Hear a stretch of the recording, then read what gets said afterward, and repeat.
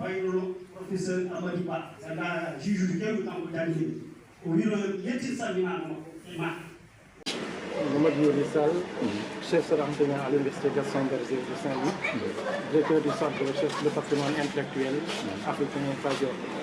Pourquoi vous avez décidé d'écrire ce livre sur l'Allemagne Abdelkader Kane? Oui, pour moi c'était logique. En 2014, j'ai écrit sur Souleymane Baal. Forcément, quand on parle de Souleymane Baal, on parle de la révolution du Fouta. Et quand on parle de la révolution du Fouta, on va parler de l'Allemagne fondée par Souleymane Baal. Et obligatoirement le premier Allemagne qui a régné 30 ans, c'est Allemagne Abdelkader Kane. Il fallait parler de lui. Donc il était temps de revenir sur la révolution du Fouta et de parler de Allemagne Abdelkader Kane à la suite de Souleymane Baal. Qu'est-ce qui a été évoqué dans ce livre? Ce qui a été évoqué, c'est en deux lignes, c'est représenter l'Afrique de l'initiative. L'Afrique qui portait le projet. Ce n'est pas l'Afrique résistante ou l'Afrique dominée. Là, Allemagne Abdelkader Kane, avec sa génération, c'est l'Afrique qui avait de l'initiative, qui a mis en place un État souverain, indépendant de toute autre autorité qui n'est pas l'autorité choisie. Ils ont décidé de choisir leur chef, ils ont décidé de sécuriser leur territoire en disant que pas de domination étrangère, ni maure ni européenne, en refusant la traite négrière, donc en dessinant un territoire basé sur un État avec des valeurs démocratiques bien connues dont on parle aujourd'hui. Donc en un mot, c'est vraiment la souveraineté qui revient, qui est au centre, c'est la dignité de tous les Africains, c'est l'Afrique de l'initiative, pas l'Afrique résistante ou l'Afrique dominée. Pourquoi ce livre peut être l'exemple aux autorités actuelles? À tous les gouvernants actuels, on parle beaucoup de bonne gouvernance.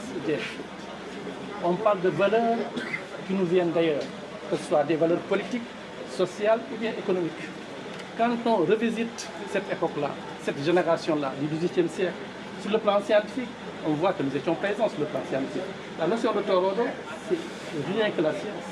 C'est la science la science émancipatrice, c'est l'effort qui fait émanciper quelqu'un, qui le met au sommet de l'échelle sociale. C'est la science. Il faut apprendre pour être Torodo, pour être aussi vraiment au sommet de l'échelle sociale, sur le plan politique aussi, être au sommet, il fallait apprendre à être Torodo. C'est ça Torodo, authentique. Et revisiter cette histoire nous montre comment on peut être souverain. Sur le plan économique surtout, on a montré comment Allemagne était intransigeant pour les impôts en disant que vous ne pouvez pas naviguer sans payer des impôts, vous ne pouvez pas commercer sans payer des impôts, vous ne pouvez pas entrer au Fouta sans avoir l'autorisation. Parce qu'on a bien dessiné les frontières à l'époque. C'est avec cette génération-là qu'on a dit non, le pouvoir ne se lie pas. Le pouvoir est mérité. Le pouvoir est donné par le peuple, uniquement par le peuple, pas d'autres moyens. Pas par héritage, pas par la force. Donc voilà cette génération-là qui a mis en place ces valeurs-là. Non seulement ça, la reddition des comptes, donc le contrôle du pouvoir par le peuple. Donc il y a un parlement, disons, il y a ceux qui contrôlent le chef de l'État. En ce qui concerne le plan économique, c'est dénié, tout est contrôlé, on a démis beaucoup, surtout ces ajustements par rapport aux étrangers. Est-ce qu'ils préservent les intérêts du Fouta ou non? S'ils ne préservent pas, il est démis, c'est arrivé.